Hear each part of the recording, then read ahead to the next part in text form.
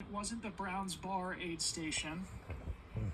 Either way, he's losing time against Jim's Ghost right now. It's still going to be very close, but Caleb has got to understand at this point that he's not just protecting the win. Exactly. There's a little bit of a time margin to dip under here. Yep. If you want to be the fastest man to ever run this course. I mean, look how fast he's in and out here. 90 miles into the race. He was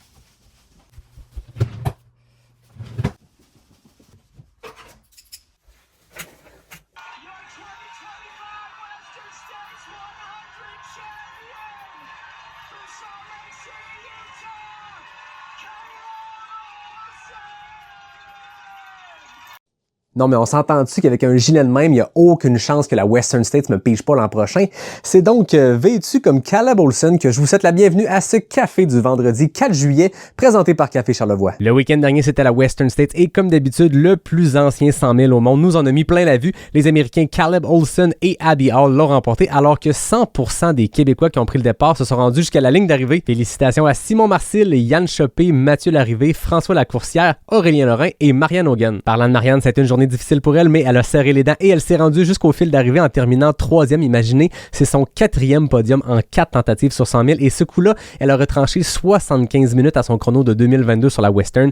Complètement fou. Félicitations Marianne. C'est pas une nouvelle de trail spécifiquement, mais ces deux anciennes invitées du podcast, Karel Cadoret et Emmanuel Salambo de Guara, qui, accompagnés de Xavier Ladouceur et Léonie Cyr, ont atteint le plus haut sommet d'Europe, le Mont Blanc à 4806 mètres. Une énorme performance d'alpinisme. On les félicite. Ce week-end, c'est le Québec Méga Trail, un événement fort du calendrier de trail québécois qui attire toujours des milliers de Québécois vers le Mont-Sainte-Anne. Et cette année, il va y avoir du gros calibre. Nouvelle épreuve de 135 km qui fait partie des World Trail Majors. Et sur le 50 et sur le 80 km, ce sera les championnats canadiens de course en sentier. Donc, des coureurs et des coureuses qui seront couronnés là aussi. Grosse nouveauté, le QMT Live, une diffusion pendant plus de 12 heures samedi avec des images des têtes de course que j'aurai le plaisir de co-animer avec Nicolas Dan et Marie-Ève Pellan.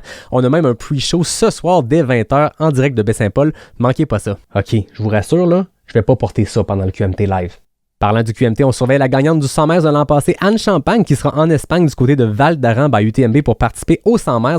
On a aussi d'autres Québécois qui sont sur place, donc bonne course à Geoffrey Lorrain, Mike Godreau, Julien Fontaine, Julien Dauplet et Julien Comte. Coudon, c'est-tu un prérequis de s'appeler Julien pour courir à Val d'Aran? C'est ce qui conclut ton tour d'actualité. Merci à Café Charlevoix pour le support et à tout le monde, je vous souhaite un excellent week-end.